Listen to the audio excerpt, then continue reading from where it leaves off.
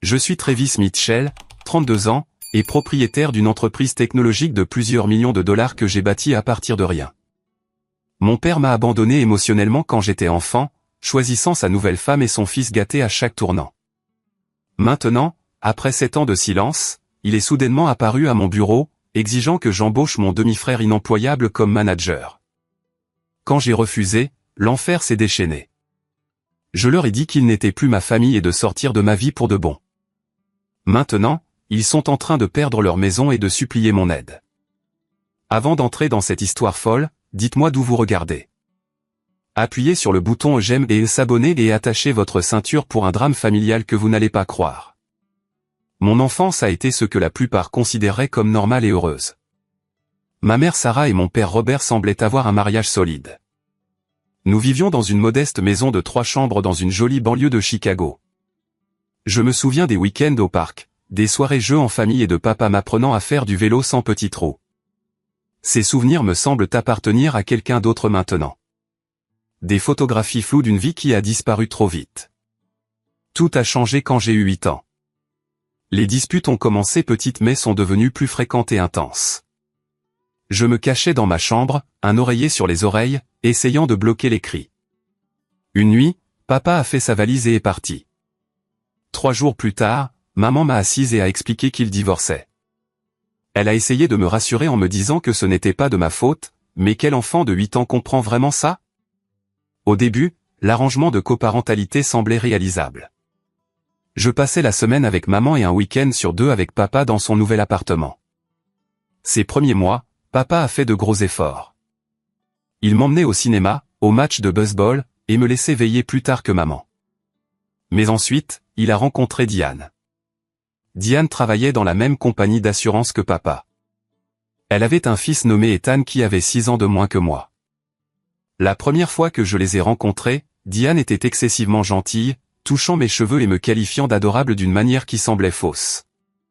Ethan a refusé de partager sa console de jeux portable et s'est plaint bruyamment lorsque nous sommes allés dans un restaurant que j'avais choisi. Papa s'est contenté de rire, disant « C'est comme ça que sont les enfants ». Mais ce n'était pas comme ça que j'étais. Maman m'avait toujours appris à dire s'il vous plaît et merci, à partager mes jouets et à penser aux autres. Les différences entre Ethan et moi étaient évidentes dès le début. Au fil des mois, nos week-ends ensemble ont changé. Au lieu d'activités que j'appréciais, nous avons commencé à faire des choses qu'Ethan voulait. Si je suggérais quelque chose de différent, Diane disait « Mais Ethan attend ça avec impatience toute la semaine. » Et papa se rangeait de leur côté.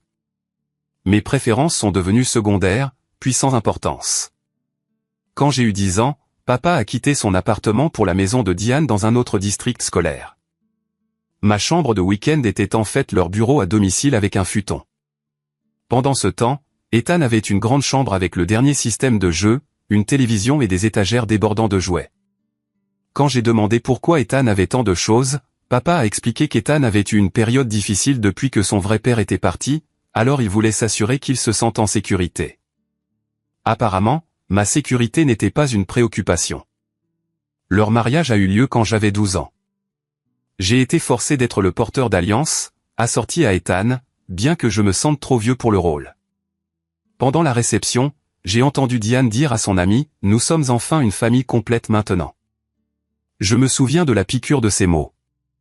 Dans son esprit, je ne faisais pas partie de leur famille complète. J'étais le visiteur du week-end, l'obligation. Ma mère est restée mon ancre émotionnelle à travers tout cela.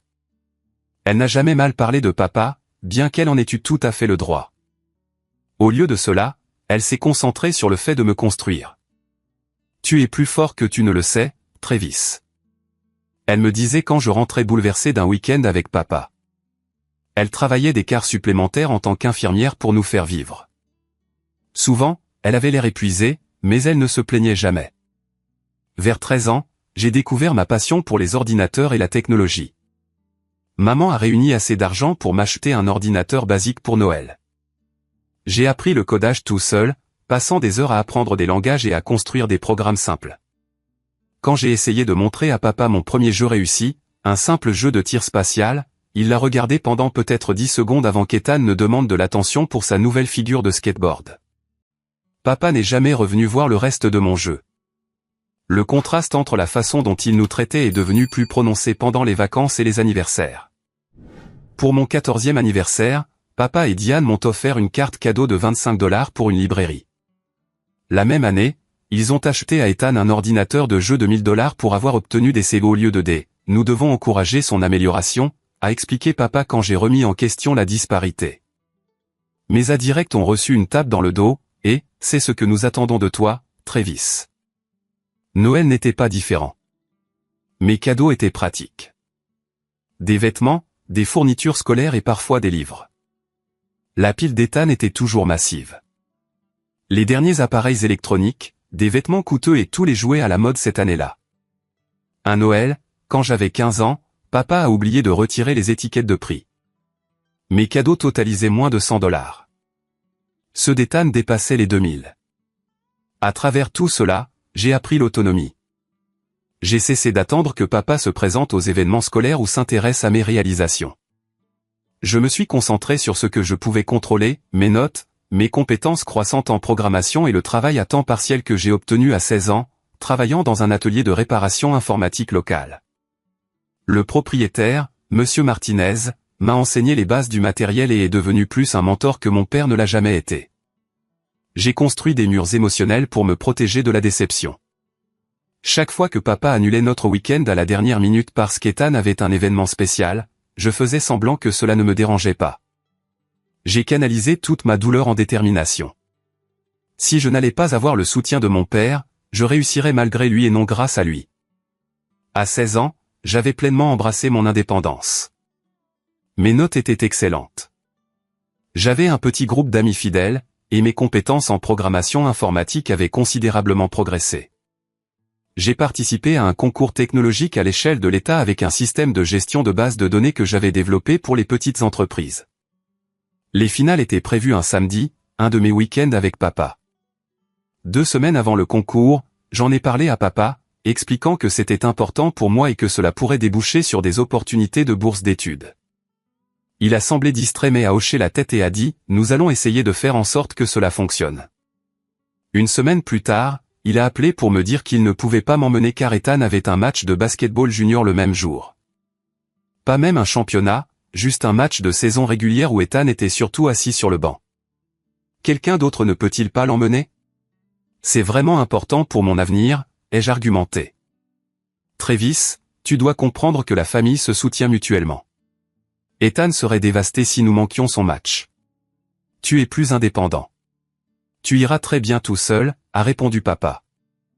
Maman a pris un jour de congé pour m'emmener à la place. J'ai remporté la première place et une bourse d'études de 5000 $. Quand j'ai appelé papa ce soir-là pour lui annoncer la nouvelle, il a semblé pressé. C'est super, mon grand. Et, Ethan a marqué 6 points aujourd'hui. Nous l'emmenons dîner pour fêter ça. Je t'appellerai demain. Il n'a pas appelé le lendemain ni le surlendemain. Pendant ce temps, le comportement d'Ethan a empiré au cours de son adolescence. Il s'est fait prendre 2 fois en train de voler à l'étalage, mais papa a payé les magasins pour éviter les accusations. Il a organisé des fêtes quand papa et Diane étaient absents, causant des milliers de dollars de dégâts matériels que papa a discrètement réparés. Il a échoué à des cours parce qu'il séchait l'école, mais papa a engagé des tuteurs et a fait pression sur les enseignants pour qu'ils puissent rattraper des devoirs. L'été précédant ma dernière année de lycée, j'ai cumulé 2 emplois pour économiser pour l'université. Papa m'avait promis, quand j'étais plus jeune, qu'il mettait de l'argent de côté pour mon éducation. Je n'avais aucune raison de douter de lui, même si notre relation s'était détériorée. Je ne restais plus chez lui que rarement, utilisant le travail comme excuse pour limiter nos week-ends ensemble à des dîners occasionnels. Puis vint la trahison qui a rompu le peu de lien qui subsistait entre nous.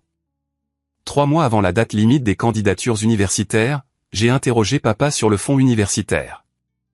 Nous étions assis dans un des nièces, un de nos dîners de plus en plus rares ensemble. Ethan et Diane n'étaient pas venus. Une autre soirée entre hommes qui semblait forcée et gênante. Papa a remué son café pendant un long moment avant de répondre. Il y a eu quelques changements dans ce plan, Travis. Qu'est-ce que ça veut dire, ai-je demandé, sentant déjà un nœud se former dans mon estomac. Ethan a eu cette situation l'année dernière, a-t-il commencé. La situation était qu'Ethan, à 16 ans, avait pris la voiture de papa sans permission, avait conduit en état d'ivresse et était entré en collision avec un véhicule stationné. Personne n'avait été blessé, mais les deux voitures avaient subi des dégâts importants. Les frais juridiques et les règlements étaient substantiels, a poursuivi papa. Et nos tarifs d'assurance ont grimpé en flèche. J'ai dû utiliser l'argent que j'avais économisé pour tes études. Je suis resté là, stupéfait. Tout? La plupart, a-t-il admis. Il reste peut-être $1000. Alors, mon fonds universitaire a servi à sortir Ethan du pétrin. Et son fonds universitaire? Vous l'avez utilisé aussi? Papa s'est agité inconfortablement. Ethan n'a pas les mêmes perspectives universitaires que toi. Nous avons décidé il y a des années d'investir davantage dans des expériences pour lui plutôt que dans l'épargne universitaire. Les implications m'ont frappé comme un coup physique. Non seulement mon père avait pris l'argent qui m'était promis, mais il n'avait même jamais créé de fonds pour Ethan, supposant que son fils n'aurait pas besoin d'aller à l'université. Pendant ce temps, je m'étais épuisé à la tâche, maintenant des notes parfaites spécifiquement pour obtenir des bourses d'études afin de compléter ce que je pensais que papa économisait. Tu m'as promis, ai-je dit, ma voix tremblante. Je comptais sur cet argent. Ethan n'en avait plus besoin, a répondu papa sur la défensive. Tu es intelligent. Tu obtiendras des bourses d'études. Ethan avait besoin d'une aide juridique ou son avenir serait ruiné. Et mon avenir n'a pas d'importance, ai-je demandé. Ce n'est pas ce que je dis. Tu as toujours été le responsable, l'indépendant. Tu t'en sortiras. Je suis sorti du restaurant sans un mot de plus. J'étais devenu le responsable parce qu'il fallait que je le sois. J'étais devenu l'indépendant parce que je ne pouvais pas dépendre de lui.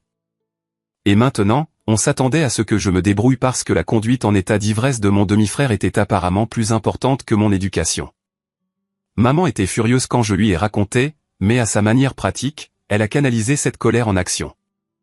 Nous avons passé des semaines à postuler pour toutes les bourses que nous pouvions trouver. J'ai travaillé encore plus d'heures, rentrant souvent après minuit pour terminer mes devoirs. J'ai demandé des prêts étudiants, sachant que je les rembourserais pendant des années. Au final, j'ai réussi à réunir suffisamment d'argent grâce à des bourses, des prêts et mes économies pour fréquenter une université d'État avec un solide programme d'informatique. Ce n'était pas l'école de mes rêves, mais c'était un chemin vers l'avant. La communication de papa pendant mes années universitaires fut minimale. Un SMS pour mon anniversaire, une carte de Noël générique sans mots personnels. Quand j'ai fait la liste des doyens chaque semestre, il n'y a eu aucune félicitation. Quand j'ai remporté un concours de codage qui s'accompagnait d'un stage dans une entreprise technologique respectée, je n'ai même pas pris la peine de lui dire. Ethan, pendant ce temps, s'est inscrit et a abandonné 3 universités différentes. À chaque fois, papa et Diane ont entièrement financé ses frais de scolarité, son appartement et ses dépenses. À chaque fois, Ethan a fait la fête, séché les cours et échoué. Pourtant, ils ont continué à jeter l'argent par les fenêtres, inventant des excuses sur le fait qu'ils se cherchaient et qu'ils n'étaient pas prêts. J'ai obtenu mon diplôme avec mention en informatique. Maman était fièrement assise dans le public aux côtés de Monsieur Martinez, qui était devenu un véritable mentor, et ma petite amie de l'époque, Jessica. Papa avait promis de venir, affirmant avoir réservé des chambres d'hôtel pour la famille. La veille de la remise des diplômes, il a appelé pour dire qu'Ethan avait une situation d'urgence et qu'il ne pouvait pas venir.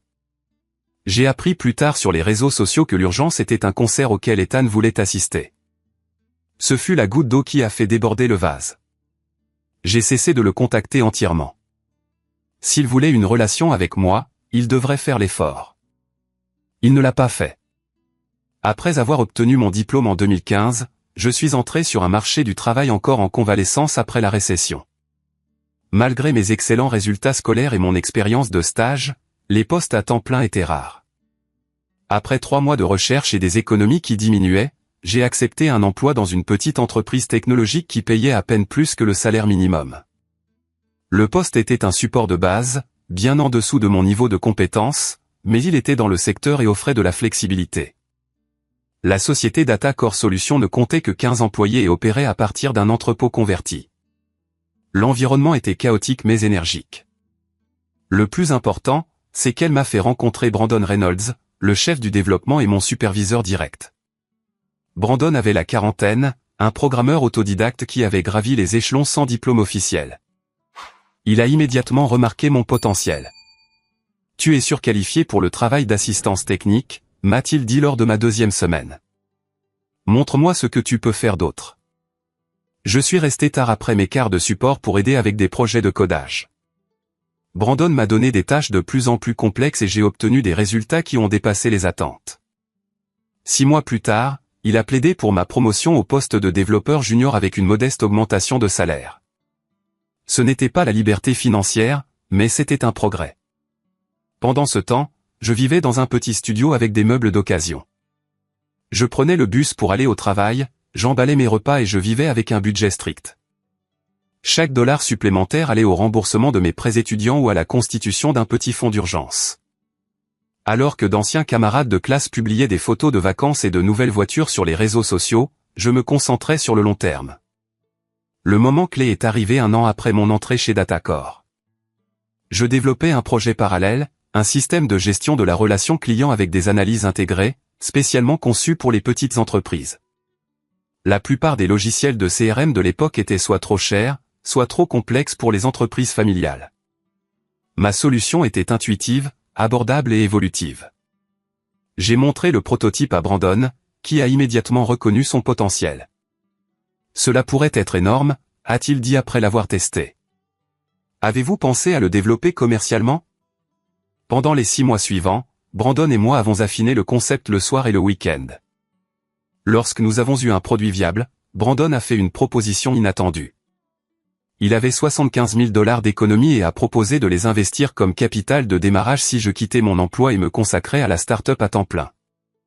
Il continuerait à travailler chez Datacore, mais servirait de conseiller et de partenaire silencieux avec une participation de 30%. C'était terrifiant et exaltant. À 24 ans, avec des dettes étudiantes et des économies minimes, lancer une entreprise semblait téméraire. Mais la confiance de Brandon en moi était inébranlable, et l'alternative était de passer des années à gravir les échelons d'une entreprise. J'ai sauté le pas. J'ai nommé l'entreprise Mitchell Systems, et la première année fut brutale. Je travaillais depuis mon appartement, vivant des investissements de Brandon tout en développant le produit. Il y a eu des défis techniques, des erreurs de marketing et des moments de doute paralysants. 3 clients potentiels se sont retirés à la dernière minute. Un concurrent a lancé un produit similaire à un prix inférieur. Mon ordinateur portable est tombé en panne au milieu d'une phase de développement cruciale, me forçant à utiliser une partie importante de nos fonds en baisse pour de nouveaux équipements. Mais il y a eu aussi des victoires. Notre premier client payant, un fleuriste local, a signalé une augmentation de 20% de ses clients réguliers après la mise en œuvre de notre système. Le bouche-à-oreille a conduit à 3 clients supplémentaires. Un petit blog d'entreprise a présenté notre logiciel, ce qui a entraîné une vague de demandes de renseignements. Au 14e mois, nous générions suffisamment de revenus pour couvrir les coûts d'exploitation de base. La percée est venue lorsqu'une chaîne régionale de 30 quincailleries a adopté notre système. Leurs affaires ont augmenté si considérablement que le propriétaire est devenu un évangéliste informel pour notre produit, référant des dizaines de contacts commerciaux. Soudain, nous avions une liste d'attente de clients. J'ai embauché mes 2 premiers employés au 18e mois, un développeur pour aider à adapter le logiciel et un représentant commercial pour gérer l'intérêt croissant. Nous avons déménagé dans un petit bureau. Brandon a réduit ses heures chez Datacore pour passer plus de temps avec l'entreprise. À la fin de la 2e année, nous avions 15 employés et étions rentables. La croissance s'est poursuivie à un rythme régulier. J'ai réinvesti presque tous les bénéfices dans l'entreprise, donnant la priorité au développement de produits et aux services clients plutôt qu'au marketing ou à des bureaux fantaisistes. Nos clients sont restés avec nous parce que le logiciel fonctionnait et parce que nous les traitions comme des partenaires plutôt que comme des sources de revenus. Ma philosophie d'entreprise a été façonnée par mes expériences personnelles. J'ai bâti une entreprise où le mérite et le travail acharné étaient reconnus et récompensés. Nous embauchions en fonction des compétences et du potentiel, pas des diplômes ou des relations. J'ai mis en place le partage des bénéfices, afin que chacun profite de notre succès collectif. Lorsque nous avons atteint 50 employés au cours de la 4e année, nous n'avions toujours aucun roulement de personnel, ce qui est inédit dans l'industrie technologique. La culture d'entreprise est devenue connue pour l'innovation, la loyauté et l'équilibre travail-vie personnelle. Nous offrions des horaires flexibles, des avantages sociaux complets et des activités régulières de renforcement d'équipe. Je voulais créer l'environnement de soutien que je n'avais jamais eu en grandissant. Mes employés sont devenus plus que des collègues. Ils étaient une sorte de famille choisie. Ma vie personnelle pendant ces années a été reléguée au second plan par la construction de l'entreprise. J'ai eu des relations occasionnelles, mais rien de sérieux ne s'est développé. Jessica et moi nous étions séparés peu après la remise des diplômes lorsque son travail l'avait emmenée en Californie.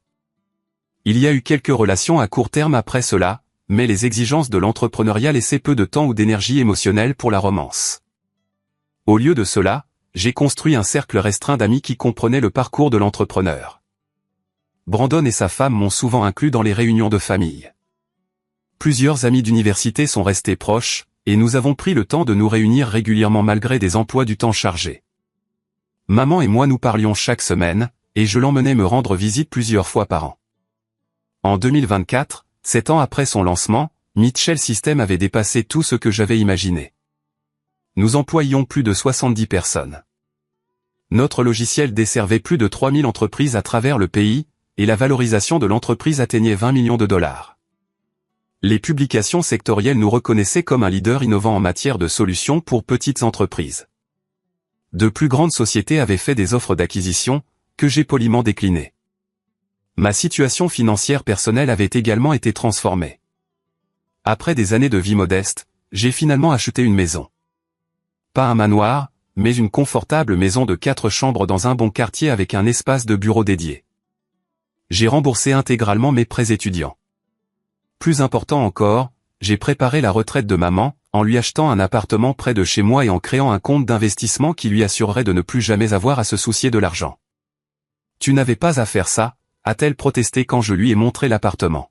« Tu as fait des doubles services pendant des années pour nous soutenir. » Je lui ai rappelé, « Tu n'as jamais abandonné. C'est le moins que je puisse faire. » Pendant toutes ces années de construction et de croissance, il n'y a eu aucun contact avec papa, Diane ou Ethan. La dernière fois que j'avais eu de leurs nouvelles par des connaissances communes, c'est qu'Ethan travaillait dans une concession automobile, mais qu'il avait été licencié pour s'être présenté en retard à plusieurs reprises. Papa était toujours dans la même compagnie d'assurance, ayant atteint le niveau de cadre intermédiaire, mais sans aller plus loin. Ils avaient déménagé dans une plus grande maison dans une banlieue aisée, vivant au-delà de leurs moyens comme d'habitude, j'ai supposé. Je ne pensais pas souvent à eux. J'avais construit une vie entièrement séparée de mes blessures d'enfance, du moins c'est ce que je pensais, jusqu'à ce que mon téléphone sonne un mardi après-midi ordinaire, et que je vois le nom de mon père sur l'identifiant de l'appelant pour la première fois en 7 ans. L'appel est arrivé alors que j'étais en train de passer en revue les projections trimestrielles avec mon équipe financière. Je me suis excusé, entrant dans mon bureau avec une étrange oppression thoracique. Un instant, j'ai envisagé de le laisser aller à la messagerie vocale, mais la curiosité l'a emporté. « Allô » ai-je répondu, gardant ma voix neutre. « Travis, c'est ton père. » Sa voix semblait plus âgée, mais le ton familier a ravivé un flot de souvenirs indésirables. « Oui, je sais. »« Qu'est-ce qu'il y a » ai-je demandé, sans me soucier des plaisanteries. J'espérais que nous pourrions nous retrouver. Ça fait trop longtemps. Il semblait mal à l'aise mais amical, comme si nous nous étions éloignés par négligence mutuelle plutôt que par ses choix répétés de privilégier son autre famille. 7 ans, ai-je déclaré platement. Oui, eh bien, il s'est raclé la gorge. J'ai entendu parler de ton succès, de l'entreprise que tu as bâtie. Je suis fier de toi, mon fils. Le mot « fils » a résonné comme une fausse note dans une chanson. Il avait perdu le droit à la fierté paternelle il y a des années. Merci, ai-je répondu, ne sachant pas quoi dire d'autre. Je pensais que nous pourrions peut-être dîner. Toute la famille pour reprendre contact. Diane et Ethan aimeraient te voir aussi. J'en doutais fort, mais je me suis retrouvé à accepter de les rencontrer dans un restaurant de steak à mi-chemin entre nos maisons le vendredi suivant. Après avoir raccroché, je me suis assis à mon bureau, me demandant ce qui avait motivé ce désir soudain de renouer après 7 ans de silence. Les jours précédant le dîner furent remplis d'une anxiété inhabituelle. J'ai mentionné les retrouvailles à venir à maman lors de notre appel hebdomadaire. « Es-tu sûr de ça, Travis » a-t-elle demandé, la préoccupation évidente dans sa voix. « Pas vraiment » ai-je admis. « Mais je suis curieux de savoir pourquoi il m'a contacté maintenant. » protège-toi juste, a-t-elle conseillé. Tu as bâti une bonne vie. Ne les laisse pas perturber ça. Vendredi est arrivé et je me suis rendu au restaurant avec un nœud à l'estomac.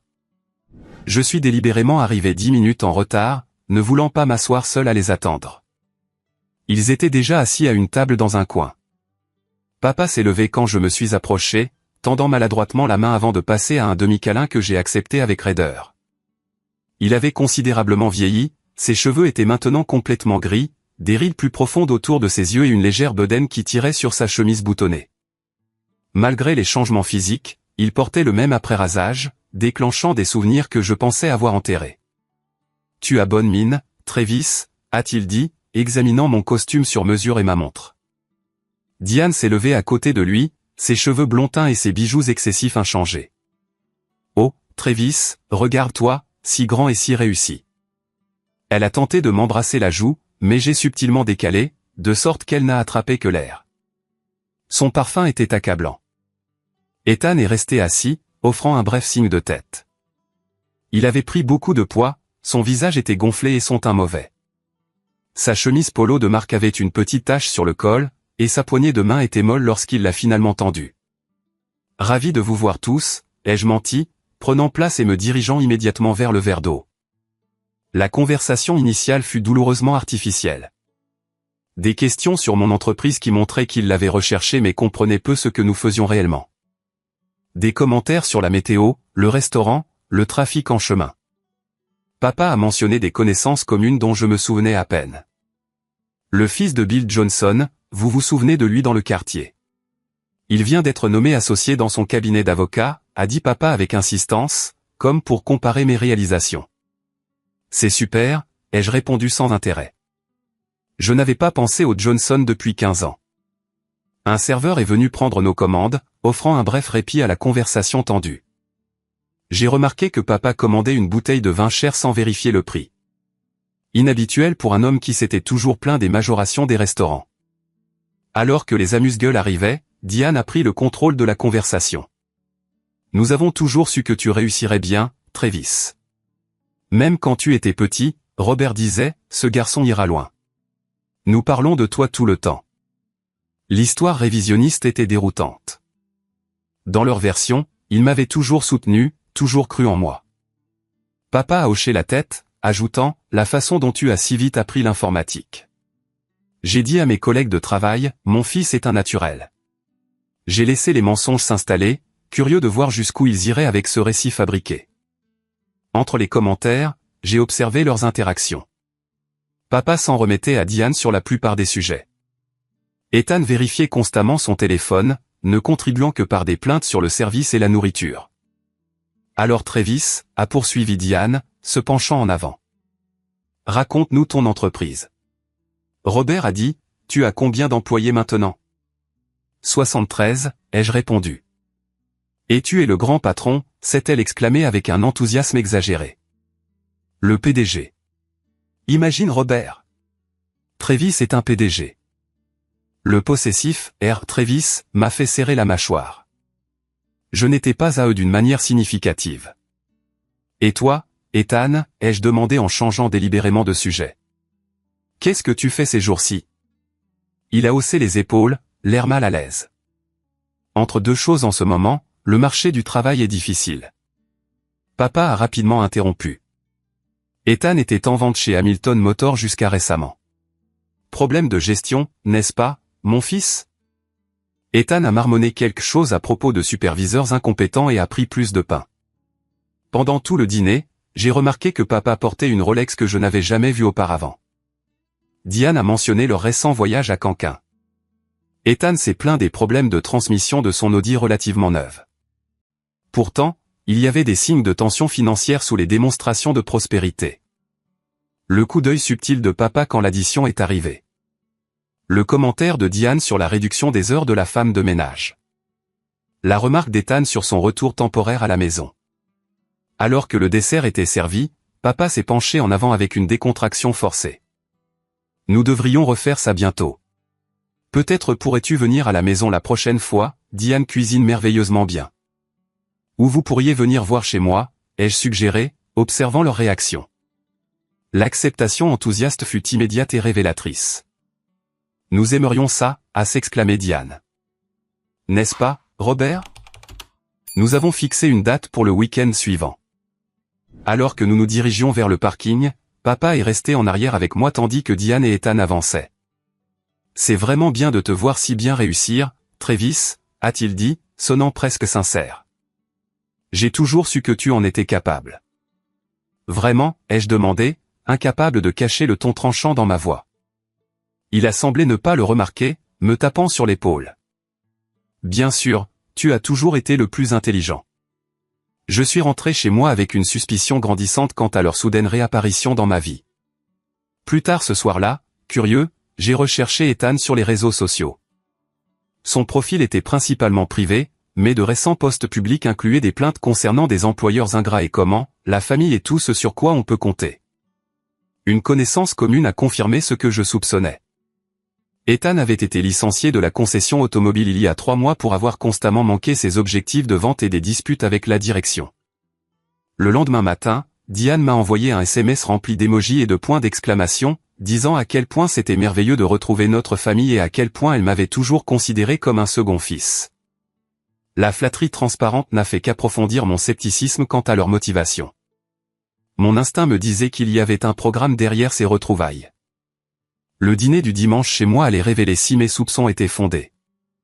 J'ai passé la semaine à ne délibérément pas me préparer à leur visite. Ma maison était déjà bien entretenue, et je refusais de faire des efforts spéciaux pour des gens qui n'en avaient jamais fait pour moi. J'ai commandé de la nourriture auprès d'un traiteur haut de gamme, non pas pour les impressionner, mais parce que je ne voulais pas perdre de temps à cuisiner. Ils sont arrivés ponctuellement à 18 h, papa portant une bouteille de vin coûteuse que je savais être au-delà de sa fourchette de prix habituelle. Leurs réactions en entrant chez moi furent exactement ce que j'avais anticipé. Un mélange d'envie mal dissimulée et de louanges exagérées. C'est juste magnifique, Travis, s'est exclamé Diane, les yeux balayant la pièce pour évaluer la valeur de tout. Vous avez un goût tellement merveilleux. Papa a sifflé d'un air appréciateur devant l'espace de vie à air ouverte avec des fenêtres allant du sol au plafond donnant sur un petit jardin bien entretenu. Tu as bien réussi, mon fils. Vraiment bien. Ethan a dit peu de choses, mais s'est promené, touchant des objets, ramassant le contrôleur de la maison intelligente, examinant mon système de divertissement, regardant l'œuvre d'art sur les murs comme s'il cherchait des étiquettes de prix. Je leur ai fait une brève visite, remarquant comment Diane s'attardait dans mon bureau à domicile où des récompenses et des étapes importantes de l'entreprise étaient affichées. Papa a posé des questions précises sur le quartier et la valeur des propriétés. Ethan a disparu pendant plusieurs minutes, et je l'ai retrouvé plus tard à l'étage, fouillant mes chambres. Juste en train de regarder l'aménagement, a-t-il dit avec un sourire peu convaincant quand je lui ai demandé ce qu'il faisait. Pendant le dîner, la conversation a d'abord suivi le même schéma superficiel que notre rencontre au restaurant. Papa m'a interrogé sur mon parcours vers le succès, cherchant clairement des détails sur les finances de l'entreprise sans être direct. Diane a commenté à plusieurs reprises à quel point je devais être si occupé et n'avoir probablement guère le temps d'avoir une vie personnelle, sa façon de déterminer si j'étais célibataire. Ethan est resté principalement silencieux, faisant occasionnellement des remarques sarcastiques sur les « tech bros » entre de grandes bouchées de nourriture. Après le plat principal, alors que nous nous dirigions vers le salon avec café et dessert, papa a finalement révélé le but de leur soudaine réapparition dans ma vie. Travis, nous avons réfléchi, a-t-il commencé, posant sa tasse de café avec une précaution délibérée, à la situation professionnelle d'Ethan. Je n'ai rien dit, attendant qu'il continue. Comme tu le sais, il a eu quelques difficultés à trouver le bon emploi professionnel, a poursuivi papa, choisissant ses mots avec soin. Et il nous est venu à l'esprit, avec ta société qui va si bien et qui a clairement besoin de bonnes personnes, qu'il pourrait y avoir une opportunité là-bas. Une opportunité, ai-je répété, gardant mon expression neutre. Oui, Diane a sauté dedans avec enthousiasme. Ethan a toujours eu de telles compétences relationnelles. Il serait parfait en gestion. Je me suis tourné pour regarder Ethan, qui s'est soudainement redressé. Tu veux un emploi dans mon entreprise? Pas n'importe quel emploi, a précisé papa. Nous pensions à quelque chose en gestion, peut-être directeur des opérations ou directeur des ventes, quelque chose qui utilise ses capacités interpersonnelles. L'audace était à couper le souffle. Après 7 ans sans contact, il s'attendait à ce que je donne à Ethan, qui ne pouvait pas conserver un emploi de base en vente, un poste de direction de haut niveau dans l'entreprise que j'avais bâtie à partir de rien. Quelle est votre expérience en gestion, Ethan, ai-je demandé calmement. Il s'est agité inconfortablement. J'ai supervisé 2 jeunes vendeurs chez Hamilton pendant un certain temps. Avant d'être licencié, ai-je ajouté, son visage rougi. C'était politique. Le directeur des ventes en avait après moi. Et avant ça, les autres emplois. Papa a interrompu avant qu'Ethan ne puisse répondre. Écoute Travis, tout le monde a des revers. L'important, c'est que nous sommes une famille. La famille s'entraide. Tu es en position de donner à Ethan l'opportunité dont il a besoin pour vraiment briller. Je n'embauche pas de membres de ma famille, ai-je déclaré. C'est la politique de l'entreprise. Les politiques peuvent être modifiées quand on est le patron, a dit Diane avec un sourire contraint. J'aurais besoin de voir un CV, ai-je poursuivi en ignorant son commentaire. Des références d'anciens employeurs. Le même processus de candidature que tout le monde. Papa a agité la main de manière dédaigneuse. Allez, Travis. C'est Ethan dont nous parlons. Ton frère. Demi-frère, ai-je corrigé. Que je n'ai pas vu ou entendu parler depuis 7 ans. C'est de l'eau sous le pont, a insisté Diane. Nous sommes ici maintenant, renouons le contact. C'est ce que fait la famille. Se soutenir mutuellement. J'ai pris une profonde inspiration. Si Ethan veut postuler pour un poste de débutant et gravir les échelons en fonction de ses performances, je considérerai sa candidature comme celle de n'importe qui d'autre. La température dans la pièce a semblé baisser de 10 degrés. Débutant ? Ethan a finalement parlé, la voix tendue d'indignation. Je ne suis pas un gamin d'université à la recherche de son premier emploi. Non, ai-je convenu. Les étudiants finissent généralement l'université. Son visage est devenu d'un rouge plus profond. Tu penses que tu es tellement meilleur que tout le monde maintenant que tu as de l'argent. Ce n'est pas une question d'argent, ai-je expliqué, gardant mon sang-froid. Mon entreprise réussit parce que nous embauchons des personnes qualifiées et que nous les promouvons en fonction du mérite. Je nuirais à mes employés si je plaçais quelqu'un sans expérience pertinente à un poste de direction. Papa s'est penché en avant, sa façade amicale s'effondrant. Après tout ce que nous avons fait pour toi en grandissant, c'est ainsi que tu nous rembourses. Tu ne serais même pas là où tu es si ce n'étaient des valeurs que nous t'avons inculquées. L'absurdité de sa déclaration m'a presque fait rire. Qu'avez-vous exactement fait pour moi, papa? Quelles valeurs m'avez-vous inculquées? Est-ce quand vous avez manqué mon concours technologique pour le match de basket d'Ethan? Quand vous avez pris mon fonds universitaire pour le sortir du pétrin après qu'il ait conduit en état d'ivresse? Ou peut-être quand vous avez manqué ma remise de diplôme universitaire pour un concert? C'est de l'histoire ancienne, a répliqué papa d'un geste. Les parents font des erreurs. Nous avons fait de notre mieux pour vous deux, les garçons.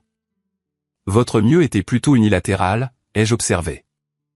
La douceur artificielle de Diane a complètement disparu. Nous vous avons élevé pendant 10 ans dans notre maison, Travis. Nous vous avons habillé, nourri, fourni un toit au-dessus de votre tête. Vous nous devez. J'étais la responsabilité légale et financière de votre mari. En tant que son enfant, ai-je corrigé. Ce n'est pas la même chose que de m'élever. Et cela ne signifie certainement pas que je dois à Ethan un emploi pour lequel il n'est pas qualifié. Alors c'est ça, a demandé papa en se levant. Nous essayons de renouer et tu ne peux même pas aider ton frère avec quelque chose d'aussi simple qu'un emploi. S'il veut postuler correctement et commencer au niveau approprié, j'ai déjà dit que je l'envisagerai. Ethan s'est levé maintenant, les poings serrés. Je ne vais pas travailler dans un poste de soutien technique au salaire minimum juste parce que tu as un problème avec le passé. Alors je ne peux pas t'aider, ai-je dit simplement. Ingrat petit, a commencé papa mais il s'est repris.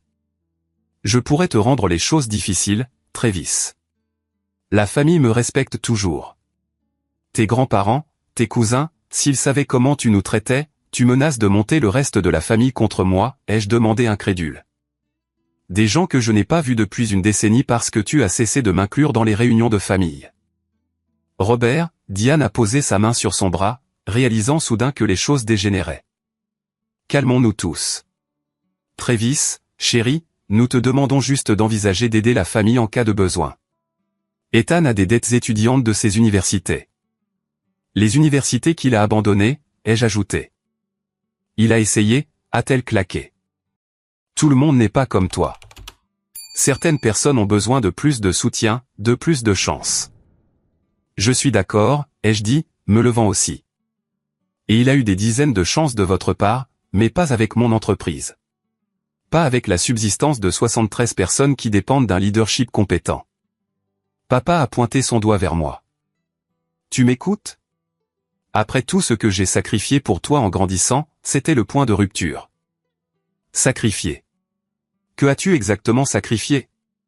Tu as choisi ta nouvelle famille à ma place à chaque opportunité.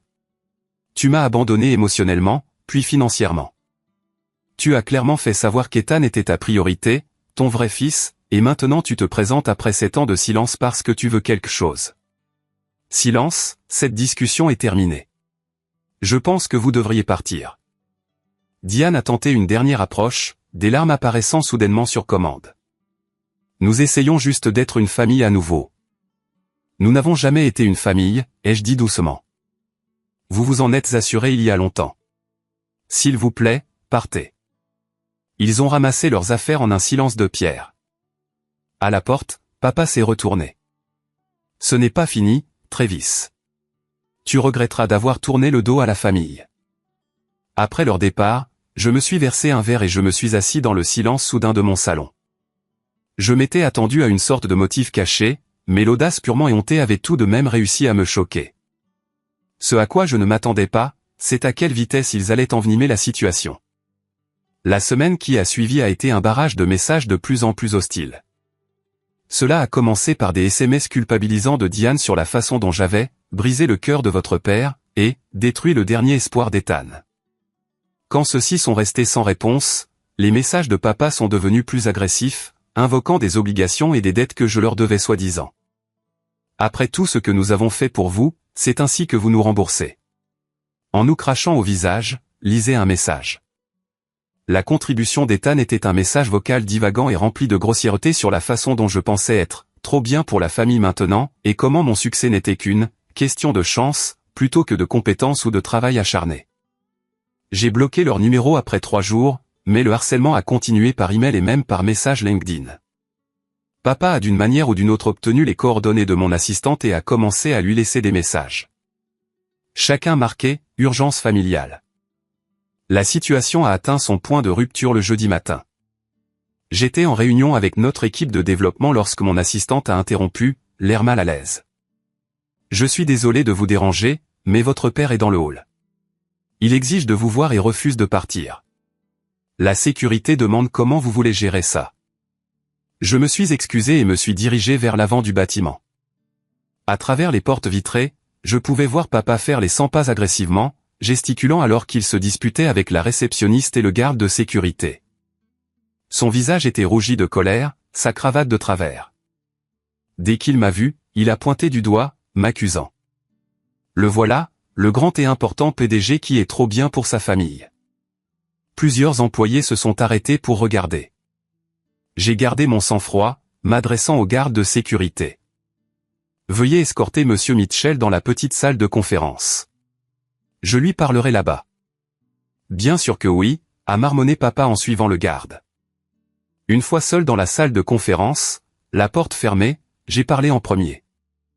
C'est complètement inapproprié. Vous ne pouvez pas venir sur mon lieu de travail et faire une scène. Je n'aurais pas à le faire si tu répondais à ton fichu téléphone, a-t-il répliqué. Tu nous as tous bloqués, ta propre famille. Que voulez-vous, papa? Vraiment? Parce que ça a dépassé le ridicule. Il a pris une profonde inspiration, redressant sa cravate dans une piètre tentative de retrouver sa dignité. Je veux que tu reconsidères de donner un poste à Ethan. Un vrai poste, pas une bêtise de débutant. Cela n'arrivera pas, ai-je déclaré fermement. Et le fait de vous présenter ici comme ça ne fait que confirmer que j'ai pris la bonne décision. Alors je n'ai pas le choix, a-t-il dit, sa voix soudainement froide. À partir de cet instant, tu n'es plus mon fils. Tu es mort pour moi et pour cette famille. Je m'assurerai que tout le monde sache comment tu nous as tourné le dos quand nous avions besoin de toi. J'aurais dû ressentir quelque chose à ces mots. blessure, colère, perte. Au lieu de cela, j'ai ressenti un sentiment inattendu de clarté et de libération. Vous ne pouvez pas renier quelqu'un qui a cessé d'être votre fils il y a des années, ai-je dit doucement. Vous avez fait votre choix il y a longtemps, papa. Vous avez choisi Diane et Ethan. Vous m'avez échangé contre votre nouvelle famille au moment où ils sont entrés dans votre vie. Chaque fois que vous avez manqué mes événements pour ceux d'Ethan. Chaque fois que vous avez méprisé mes réalisations tout en célébrant sa médiocrité. Chaque fois que vous avez pourvu à ses besoins tout en me laissant me débrouiller seul. Son visage a enregistré le choc de mon calme. Vous ne pouvez pas prendre ce que vous n'avez jamais donné, ai-je poursuivi. Vous n'étiez mon père que de nom. Brandon Reynolds a été plus une figure paternelle pour moi en 7 ans que vous ne l'avez été en 20. Alors allez-y, racontez à la famille élargie l'histoire qui vous fait vous sentir mieux. Les gens qui comptent dans ma vie connaissent la vérité. Petit ingrat, il a commencé à se lever de sa chaise. Cette conversation est terminée. Je l'ai interrompu. La sécurité va vous escorter. Si vous revenez dans ces locaux ou contactez à nouveau mes employés, je déposerai une ordonnance d'éloignement. J'ai appuyé sur le bouton de l'interphone et j'ai demandé à la sécurité d'entrer. Papa a continué à crier pendant qu'il l'emmenait, mais ces mots n'avaient plus aucun pouvoir sur moi. J'avais enfin dit ce que j'avais besoin de dire après toutes ces années. J'ai convoqué une réunion d'urgence avec notre directeur des ressources humaines et l'équipe de sécurité. Nous avons mis en place des protocoles pour prévenir de nouvelles perturbations. Notification d'alerte à la réception, domaine de messagerie bloqué, instruction de contact mise à jour. J'ai brièvement expliqué à mon équipe de direction que je traitais une affaire personnelle impliquant des membres de la famille éloignés faisant des demandes inappropriées. Votre famille essaie d'obtenir des emplois ici, a demandé mon directeur des opérations, confus. Ce n'est pas ma famille, ai-je répondu. Pas d'une manière significative. Les conséquences ont duré plusieurs jours. Diane a laissé des messages vocaux en larmes sur mon téléphone personnel. Ethan a posté des messages vagues et menaçants sur les réseaux sociaux que des connaissances communes m'ont transmis. Papa a apparemment appelé plusieurs membres de la famille élargie car j'ai reçu un email confus d'une tante à qui je n'avais pas parlé depuis des années, me demandant pourquoi je rejetais la réconciliation. Je n'ai répondu à rien de tout cela. La rupture était totale et je m'en sentais plus léger. 3 semaines plus tard, j'ai reçu un appel inattendu d'une ancienne voisine de la communauté de mon père. Madame Wilkins m'avait toujours été gentille quand j'étais enfant et avait apparemment suivi de loin mon succès. Je pensais que vous devriez savoir, a-t-elle dit hésitante. Votre père a perdu son emploi le mois dernier. La compagnie d'assurance a procédé à des licenciements massifs. Je vois maintenant le panneau à vendre devant leur maison. Je l'ai remercié pour l'information sans faire d'autres commentaires. Plus tard dans la journée, un email est apparu dans mon compte professionnel d'une adresse que je ne reconnaissais pas. C'était de Diane, qui avait créé un nouvel email pour contourner mes blocages. Travis, je sais que nous avons une eau différente, mais je vous contacte en désespoir de cause. Il commençait. Votre père a perdu son poste en raison d'une réduction d'effectifs. Nous avons des difficultés financières depuis un certain temps, essayant d'aider Ethan avec ses dettes. Maintenant, nous avons 3 mois de retard sur l'hypothèque et la banque saisie. Nous n'avons nulle part où aller. Je ne vous le demanderai pas si nous avions une autre option, mais nous avons besoin d'aide. Seul peut-être. Juste le temps que Robert trouve un autre poste. S'il vous plaît, Travis. Quels que soient les problèmes que vous avez avec nous, nous sommes toujours une famille. L'email se terminait par des détails sur le montant de leur hypothèque et un récit poignant sur la souffrance de la santé mentale d'Ethan en raison de leurs circonstances. Je suis resté avec cette information pendant plusieurs jours, travaillant sur mes sentiments avec mon thérapeute. Une partie de moi ressentait une satisfaction vengeresse. Il faisait face aux conséquences d'années de mauvaise gestion financière et avait permis à l'irresponsabilité d'Ethan. Une autre partie ressentait une poussée de culpabilité. Le conditionnement culturel sur les obligations familiales est profond. Après mûre réflexion, j'ai rédigé une réponse. Diane, je suis désolé d'apprendre vos difficultés financières. Cependant, je ne fournirai aucune aide financière. La relation entre nous a été rompue par vos propres actions et choix au fil de nombreuses années, culminant avec votre récente tentative d'exploiter mon succès au profit d'Ethan. Je ne vous souhaite aucun mal, mais je ne peux et ne prendrai pas la responsabilité de vos décisions financières. Il existe des services sociaux et des ressources de conseil financier disponibles dans votre communauté qui peuvent vous être utiles. Je vous demande à nouveau de respecter mes limites et de cesser tout contact. Travis, sa réponse fut immédiate et vitriolique, toute prétention de politesse disparut. Elle me traita de sans-cœur, de cruel, d'ingrat. Elle détailla tout ce qu'ils avaient soi-disant fait pour moi et comment je les abandonnais à leur heure la plus sombre. La dernière ligne disait, « Tu regretteras cela quand nous vivrons dans notre voiture et que ton père aura une crise cardiaque à cause du stress que tu as causé. » Je n'ai pas répondu. Au lieu de cela, j'ai bloqué la nouvelle adresse email et j'ai demandé à mon équipe informatique de mettre en place un filtrage plus strict. La culpabilité que j'aurais pu ressentir a été balayée par ces tactiques manipulatrices. J'avais pris la bonne décision. Cette nuit-là, j'ai appelé maman et je lui ai raconté tout ce qui s'était passé. Elle a écouté sans m'interrompre, puis a soupiré lourdement. Tu sais, Travis, pendant des années, j'ai pris soin de ne jamais mal parler de ton père.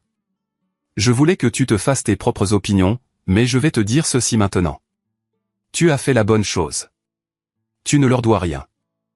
Ta responsabilité est envers ton propre bien-être et l'entreprise que tu as bâtie. Sa validation signifiait tout. Merci, maman. Pour tout.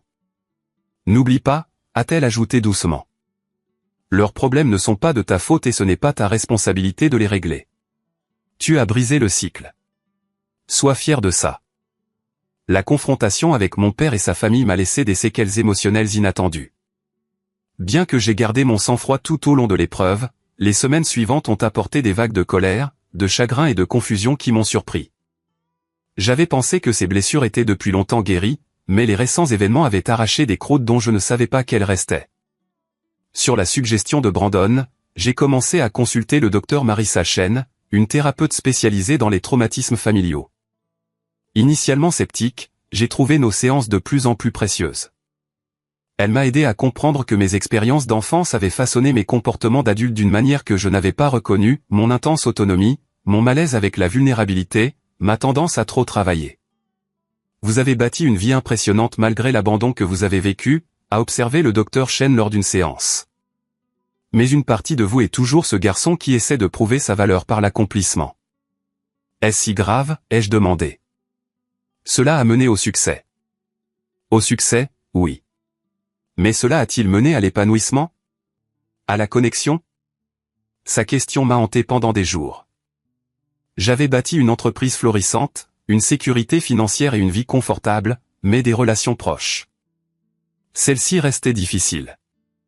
J'avais des amis, certes, mais je maintenais la plupart des gens à une distance prudente. La romance avait été une série de connexions à court terme qui s'éteignaient lorsqu'elles devenaient trop intimes. Au cours de 6 mois de thérapie, j'ai commencé à aborder ces schémas. J'ai appris à reconnaître quand je me retirais dans le travail pour éviter le malaise émotionnel. J'ai pratiqué la mise en place de limites sans construire de murs.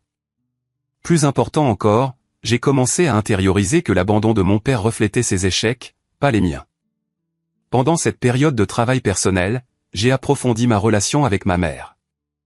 Au-delà de nos appels hebdomadaires, j'ai commencé à partager davantage mon monde intérieur avec elle. Un week-end, je l'ai emmenée à Chicago et je lui ai montré l'entreprise que j'avais bâtie, la présentant à mon équipe et lui montrant l'impact de notre travail. J'ai toujours su que tu ferais quelque chose d'extraordinaire, a-t-elle dit, les yeux brillants alors qu'elle visitait nos bureaux. Mais plus que ton succès, je suis fier de l'homme que tu es devenu.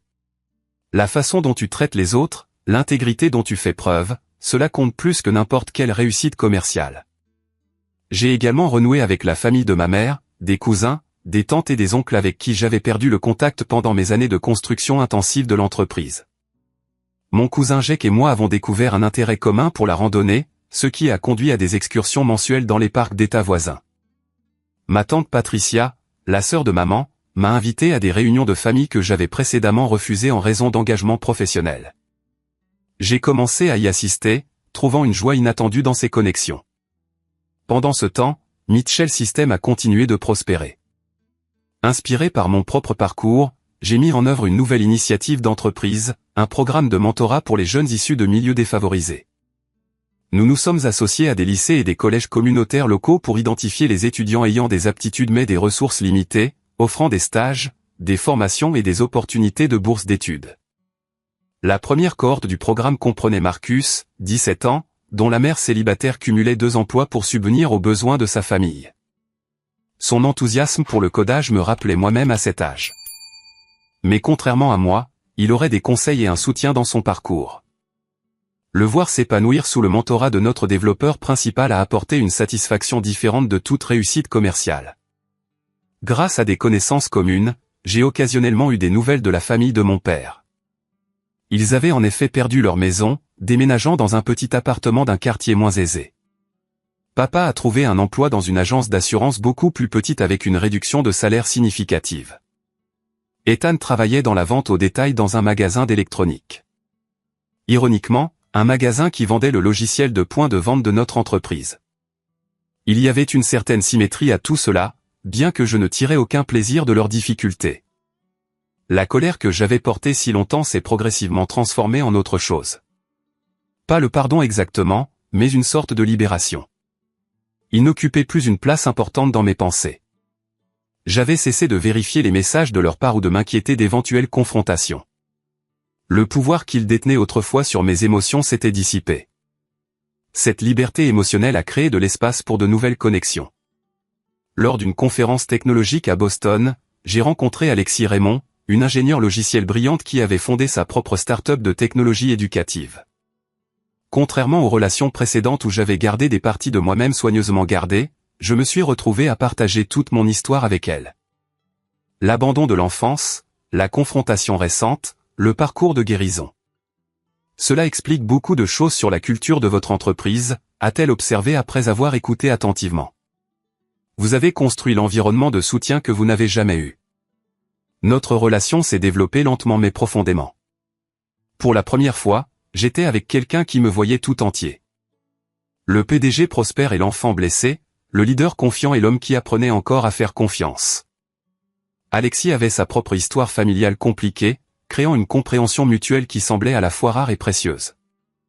À mesure que notre connexion grandissait, ma compréhension de ce que signifiait une vraie famille grandissait également.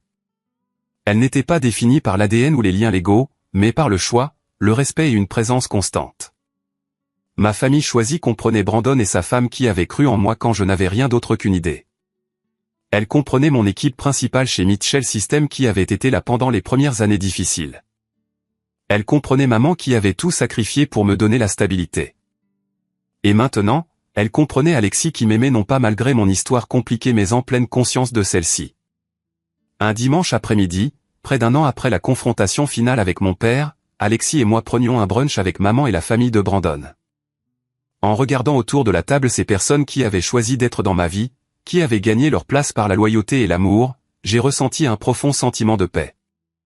Tu sais, ai-je dit à Alexis plus tard ce soir-là alors que nous marchions le long du lac, j'ai passé tellement d'années à penser que j'avais besoin de guérir d'avoir été indésirable. Mais cela n'a jamais été vrai. J'étais désiré, juste pas par lui, et c'était sa perte, pas la mienne. Elle m'a serré la main. Le rejet a été le prix de ta liberté de devenir qui tu es plutôt que qui il voulait que tu sois. À ce moment-là, j'ai réalisé le plus grand cadeau de ce difficile voyage. La liberté de construire une vie selon mes propres termes, guidée par les valeurs que j'avais choisies plutôt que celles héritées. Si et quand je deviendrai père moi-même, je briserai complètement le cycle. Créer un foyer où l'amour était inconditionnel, où les réalisations étaient célébrées mais jamais exigées pour l'appartenance. Où la famille signifiait se montrer constamment, pas seulement quand on avait besoin de quelque chose. L'entreprise continue de croître, mais mon sentiment d'identité n'est plus exclusivement lié à son succès. J'ai découvert la joie dans les espaces entre les réalisations. Lors de randonnées dominicales avec mon cousin et en apprenant à Marcus à conduire pendant les soirées calmes avec Alexis, discutant de livres plutôt que d'affaires. Le chemin à parcourir n'est pas sans défi. Les vieilles habitudes d'autoprotection réapparaissent occasionnellement. L'impulsion de se retirer dans le travail pendant le stress émotionnel nécessite une résistance consciente.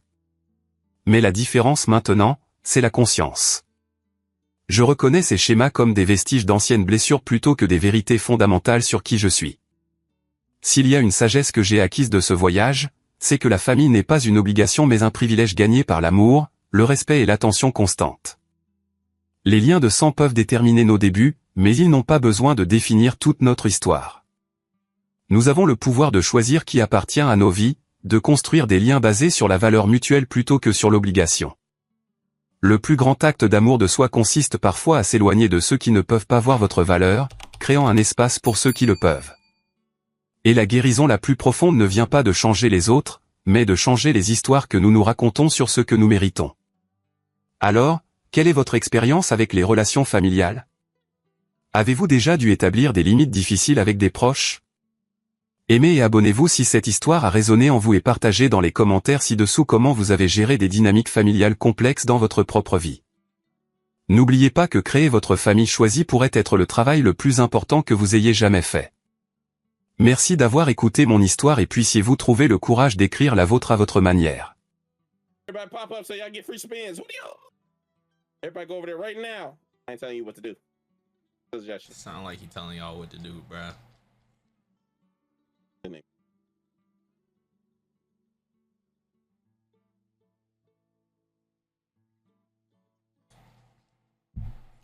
What's good, Gizzy?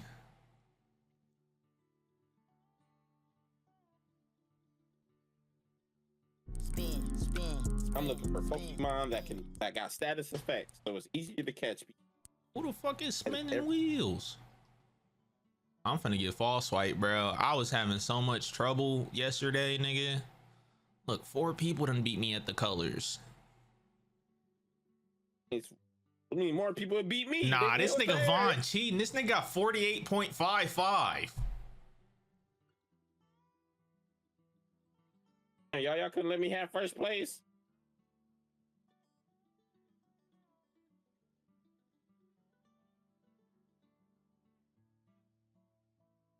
They're beating that nigga, but what you beating me for?